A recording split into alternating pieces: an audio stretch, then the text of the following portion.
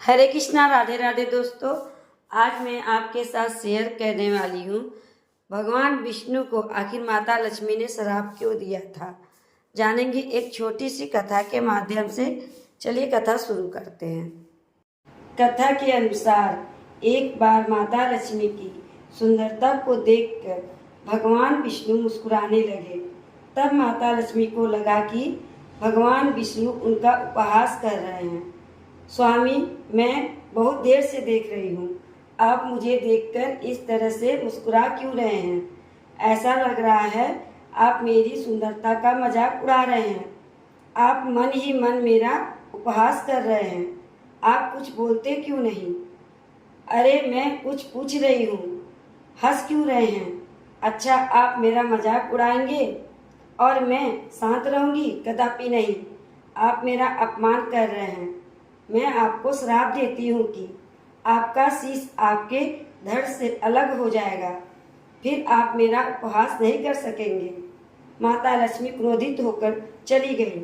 माता लक्ष्मी द्वारा भगवान विष्णु को इस तरह का श्राप देना एक गुप्त रहस्य था, क्योंकि इस श्राप से ही तो जुड़े थी भगवान विष्णु के हयग्रीव अवतार की कथा। महर्षि कश्यप और उनकी पत्नी दिति का पुत्र एवं असुरों का राजा हिरण्यकश्यप माता भगवती को प्रसन्न करने के लिए कठोर तपस्या कर रहा था। दैत्य हरिगिरी का सिर घोड़े का था एवं बाकी का सिर मनुष्य का। दैत्य हरिगिरी सभी प्रकार के भोग विलाप और अन्य जल का त्याग कर सरस्वती नदी के तट पर कई दिनों तक माँ भगवती की महामंत्र का जाप करता रहा, जिससे उसकी इंद्रियां भी उसके वश में आ चुकी थी।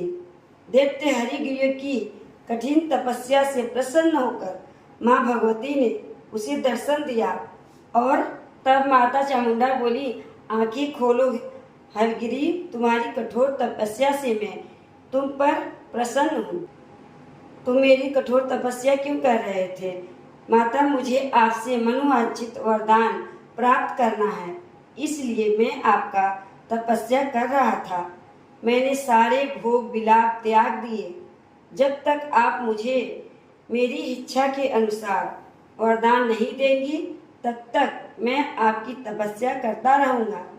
तुम्हारी कठोर तपस्या पूरी हुई, मैं तुम्हारी इच्छा के अनुसार वरदान दूंगी। कहो, तुम्हें क्या वर चाहिए? देवी माँ, आप महामाया हैं, आपकी कृपा से कुछ भी असंभव नहीं हो सकता। अगर आप मेरी कठोर तपस्या से प्रसन्न हैं तो मुझे अमर होने का वरदान देने की कृपा करें। हे दैत्यराज हयग्रीव, इस संसार में जिसका भी जन्म हुआ है उसकी मृत्यु निश्चित है। यही प्रकृति का विधान है। मैं प्रकृति के विधान का उल्लंघन नहीं कर सकती, इसलिए मैं तुम्हें अमरता का वरदान नहीं दे पाऊंगी। किंतु इसके अतिरिक्त तुम मुझसे कोई और वरदान मांग सकते हो।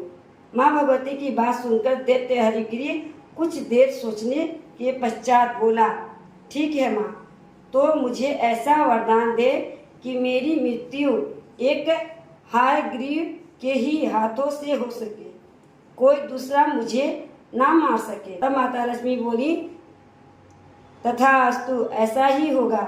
इसके पश्चात माँ भगवती अंतर ध्यान हो गई। अजय का वरदान पाकर हयग्रीव बहुत प्रसन्न हुआ। पूरे त्रिलोक में कोई ऐसा नहीं था जो उसे मार सके। इस बात का उसे बहुत अहंकार हो गया और उसने ब्रह्मा जी से वेदों को छीन लिया और उन वेदों को छुपा दिया। वे देवताओं एवं मुनियों पर अत्याचार करने लगा। हयग्रीव और विष्णु जी के बीच काफी दिनों तक युद्ध चला। युद्ध के 8वें दिन दोनों थक कर विश्राम करने लगे और बाण की नोक पर अपना सिर रखकर योग निद्रा में चले गए। अरे ओ विष्णु, कहाँ छुप कर बैठ गया? सामने आ और मुझसे युद्ध कर। कहीं चींटी भांति किसी बिल में जाकर तो नहीं सो गया? इस तरह से हयग्रीव विष्णु भगवान से चिल्ला चिल्ला कर कहता है, मुझे कोई नहीं हरा सकता। मुझे माँ भगवती से वरदान प्राप्त हुआ है, इस संसार में मेरा कोई वध नहीं कर सकता। खूब घमंड के साथ हंसता हुआ अपने महल में वापस चला गया।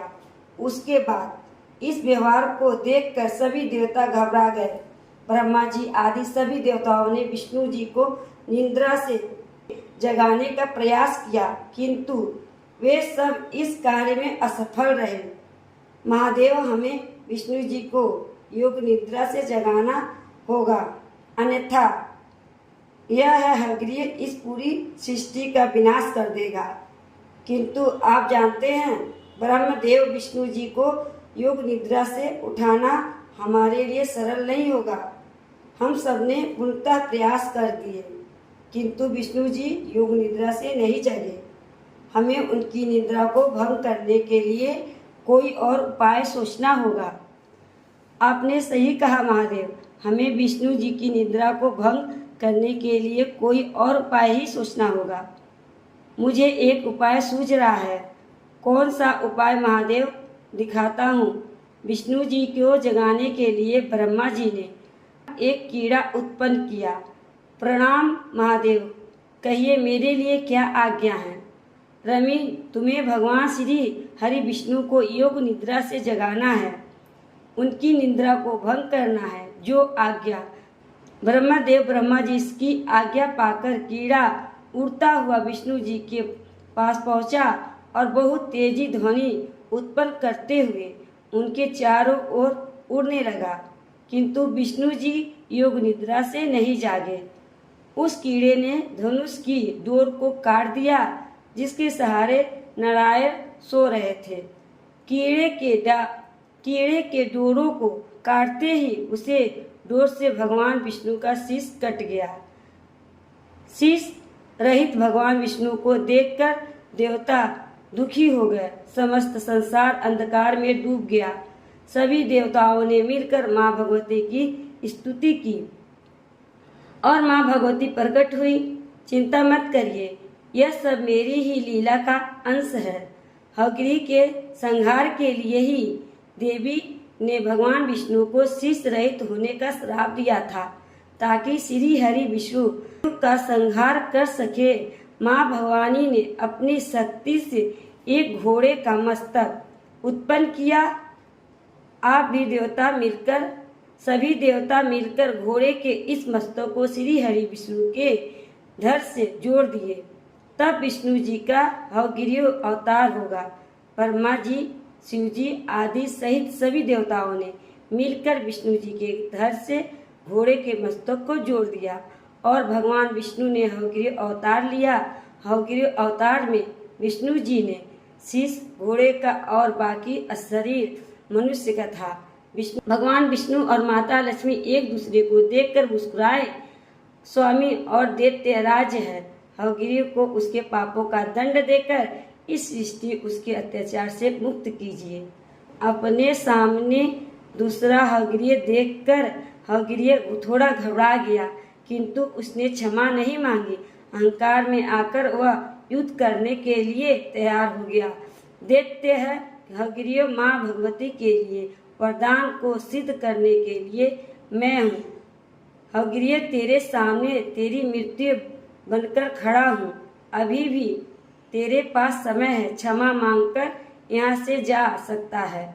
मैं तुझे छोड़ दूंगा, कुछ नहीं कहूँगा, मैं तुम्हें क्षमा कर दूंगा। मेरे जैसा रूप लेने से मेरे बराबर शक्ति तो तुम्हें नहीं आ सकती विष्णु। मैं तुमसे युद्ध करूंगा और तुम्हें युद्ध में हराकर अपना दास बनाऊंगा। हयग्रीव विष्णु जी से कहता है, युद्ध के लिए तैयार हो जा विष्णु। विष्णु जी के समझाने पर भी जब हयग्रीव नहीं मानता है तो उसे युद्ध पर करने के उससे युद्ध करके उसका संहार करना पड़ा। भगवान विष्णु के हाथों से दैत्य हयग्रीव मारा गया। हयग्रीव के अंत के बाद भगवान विष्णु ने चारों योद्धों को ब्रह्मा जी को सौंप दिया। इसके पश्चात वह पुनः अपने विष्णु रूप में लौट आए और सभी देवी देवता ने लक्ष्मी नारायण की स्तुति की और उन पर फूलों की वर्षा की। तो दोस्तों गिरियों के संहार के लिए माता लक्ष्मी ने भगवान विष्णु को श्राप दिया था। तो दोस्तों कथा आपको कैसी लगी, अच्छी लगी हो तो लाइक करिएगा, चैनल को सब्सक्राइब करिएगा, बेल आइकन को प्रेस करिएगा ताकि आने वाली वीडियो आप तक जल्द से जल्द पहुंचती रहे। राधा रानी की और लड्डू गोपाल की कृपया आप सभी पे सदा ही बनी रहे। इसी कामना के साथ अगले वीडियो मिलते हैं। राधे राधे।